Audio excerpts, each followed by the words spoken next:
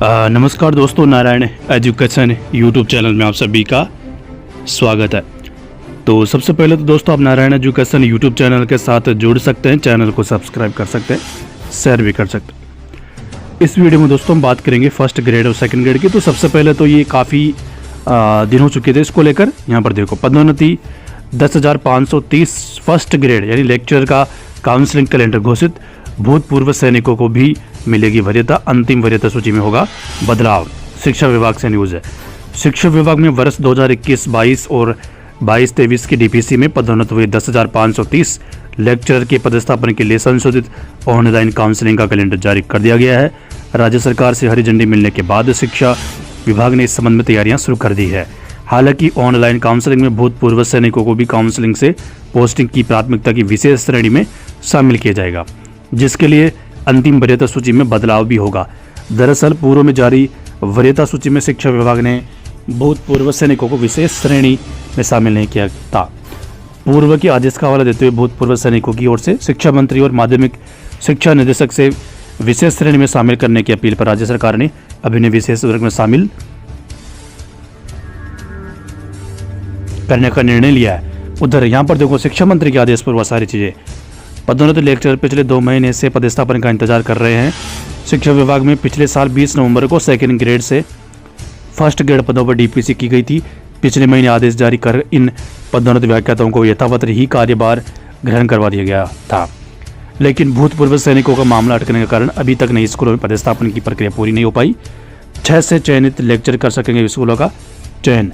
संशोधित शेड्यूल के मुताबिक 28 जनवरी को काउंसलिंग के लिए अस्थायी वरीयता सूची का प्रकाशन कर दिया गया। इसी श्रृंखला में 28 से 30 दिसंबर तक अस्थायी वरीयता सूची के संबंध में तो दोस्तों कहने का मतलब ये है कि जो इसका कैलेंडर जारी हो चुका है, तो इसका मतलब कुछ दिनों में 10-5 दिन के अंदर इनको जॉइनिंग मिल जाएगी। तो इससे क्या होगा दोस्तों, देखो वर्तमान में जो 10,530 सेकेंड ग्रेड के जो पद है वो 34,000 प्लस पद लगभग खाली चल रहे हैं। 34,000 फर्स्ट ग्रेड के करीब 18,000 पद खाली चल रहे हैं। अब इससे क्या होगा, 10,530 जो पद है इसमें ये जुड़ जाएंगे। सेकंड ग्रेड का तो खाली हो जाएंगे ना 10,530, और फर्स्ट ग्रेड के माइनस हो जाएंगे। आप 10,530 इसमें से माइनस कर दो फिर, तो इसका मतलब है सेकंड ग्रेड के पद आज की तारीख में 44,530 हो जाएंगे खाली, करीब 45,000।